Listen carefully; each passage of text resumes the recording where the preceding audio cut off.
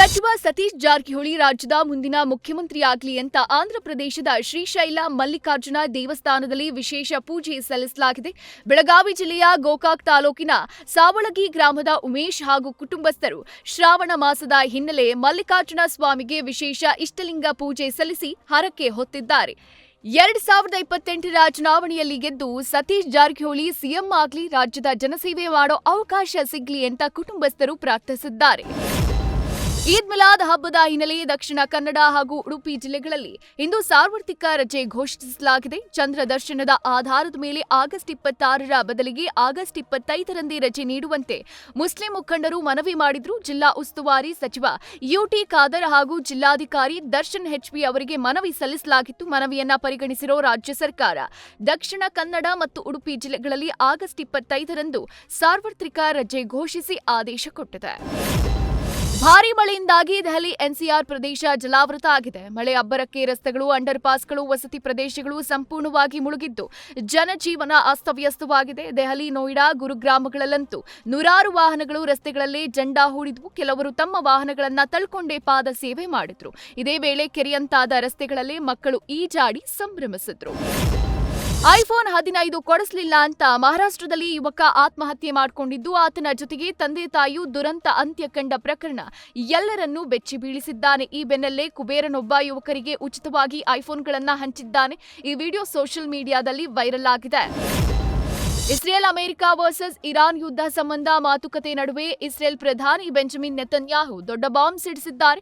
ನನ್ನ ಮಗನನ್ನ ಕೊಲ್ಲೋಕೆ ಇರಾನ್ ಪ್ರಯತ್ನಿಸಿತ್ತು ಅಂತ ಗಂಭೀರ ಆರೋಪ ಮಾಡಿದ್ದಾರೆ. ಇರಾನ್ ನನ್ನ ಒಬ್ಬ ಮಗನನ್ನ ಟಾರ್ಗೆಟ್ ಮಾಡಿದೆ, ನನ್ನ ಒಬ್ಬ ಮಗನನ್ನ ಕೊಲ್ಲೋಕೆ ಪ್ರಯತ್ನಿಸಿದೆ ಎಂದಿದ್ದಾರೆ. ನೆತನ್ಯಾಹುಗೆ ಔನರ್ ಮತ್ತು ಐರ್ ಹೆಸರಿನ 2 ಮಕ್ಕಳಿದ್ದಾರೆ. ಪೌರ ಕಾರ್ಮಿಕರು ಹಾಗೂ ಸೈನಿಕರೊಬ್ಬರ ನಡುವೆ ಕಸದ ವಿಚಾರ ತಾರಕಕ್ಕೇರಿದೆ. ಕಸ ವಿಲೇವಾರಿಗೆ ಸಂಬಂಧಿಸಿದ ವಿವಾದ ಉಲ್ಬಣಗೊಂಡ ಬೆನ್ನಲ್ಲೇ ಕಾರ್ಮಿಕರು ಮನೆ ಮುಂದೆ ಕಸ ಡಂಪ್ ಮಾಡಿದ್ದಾರೆ. ಉತ್ತರ ಪ್ರದೇಶದ ಮಥುರಾದಲ್ಲಿ ಸ್ವಚ್ಛತಾ ಕಾರ್ಮಿಕರು ಸೇನಾ ಸಿಬ್ಬಂದಿಯೊಬ್ಬರ ಮನೆ ಮುಂದೆ ಕಸದ ರಾಶಿ ಸುರಿದಿದ್ದಾರೆ. ಸದ್ಯ ಪರಿಸ್ಥಿತಿ ನಿಭಾಯಿಸಲು ಪೊಲೀಸರು ಮಧ್ಯಪ್ರವೇಶಿಸಿದ್ದಾರೆ. ಚಿಕ್ಕಮಗಳೂರು ಜಿಲ್ಲೆಯ ಪ್ರಮುಖ ಯಾತ್ರಾ ಸ್ಥಳ ಕಳಸ ಪಟ್ಟಣದಲ್ಲಿ ಫುಟ್ಪಾತ್ಗಳು ಅಕ್ಷರಶಃ ವ್ಯಾಪಾರಿಗಳ ಪಾಲಾಗಿವೆ. ಇದರಿಂದ ಸಾರ್ವಜನಿಕರು ಹಾಗೂ ಶಾಲಾ ಮಕ್ಕಳು ಜೀವ ಭಯದಲ್ಲೇ ರಸ್ತೆಯಲ್ಲಿ ಓಡಾಡುವಂತಾಗಿದೆ. ಅಂಗಡಿ ಮುಂಗಟ್ಟುಗಳ ಸಾಮಗ್ರಿಗಳಿಂದ ಫುಟ್ಪಾತ್ಗಳು ಸಂಪೂರ್ಣ ಬಂದ್ ಆಗಿದ್ದು, ಪಾದಚಾರಿಗಳು ವಾಹನಗಳ ನಡುವೆ ಸಂಚರಿಸಬೇಕಾದ ಪರಿಸ್ಥಿತಿ ನಿರ್ಮಾಣವಾಗಿದೆ. ವೃದ್ಧರು ಹಾಗೂ ವಿದ್ಯಾರ್ಥಿಗಳು ನಿತ್ಯ ಪರದಾಡುತ್ತಿದ್ದಾರೆ. ಉಡುಪಿ ಜಿಲ್ಲೆಯ ಕುಂದಾಪುರ ಪುರಸಭೆ ಕಚೇರಿಗೆ ಲೋಕಾಯುಕ್ತ ಅಧಿಕಾರಿಗಳು ದಿಢೀರ್ ದಾಳಿ ನಡೆಸಿ ದಾಖಲೆಗಳ ಪರಿಶೀಲನೆ ನಡೆಸಿದ್ದಾರೆ.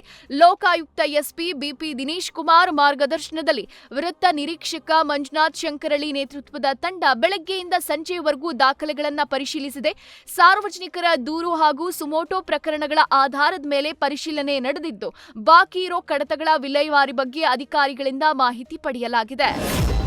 ಚಿಕ್ಕಮಗಳೂರು ಜಿಲ್ಲೆಯ ತರೀಕೆರೆ ತಾಲೂಕಿನ ಬಾವಿಕೆರೆ ಭಾಗದ ಭತ್ತದ ಗದ್ದೆಗಳಲ್ಲಿ ಅಪರೂಪದ ಅತಿಥಿ ಪಕ್ಷಿಗಳ ಆಗಮನ ಪ್ರಕೃತಿ ಪ್ರಿಯರ ಗಮನ ಸೆಳೀತಾ ಇದೆ. ಇತ್ತೀಚೆಗೆ ನಾಟಿ ಮುಗಿದು ಹಸಿರು ಹೊದ್ದಿರುವ ಗದ್ದೆಗಳಲ್ಲಿ ಬ್ಲಾಕ್ ಹೆಡ್ ಇಬೀಸ್ ಹಾಗೂ ಕೆಂಪು ನೆತ್ತಿಯ ಕೆಂಬರಲು ಪಕ್ಷಿಗಳು ನೂರಾರು ಸಂಖ್ಯೆಯಲ್ಲಿ ಬೀಡು ಬಿಟ್ಟಿವೆ. ಎಳೆ ಪೈರಿನ ನಡುವೆ ಸಂಚರಿಸ್ತಾ ಹುಳ ಹುಪ್ಪಟೆಗಳು ಕಪ್ಪೆಗಳನ್ನ ತಿಂತಾ ಇರೋ ಈ ಹಕ್ಕಿಗಳು ರೈತ ಮಿತ್ರರಂತೆ ಕೀಟ ನಿಯಂತ್ರಣದಲ್ಲೂ ನೆರವಾಗ್ತಿವೆ.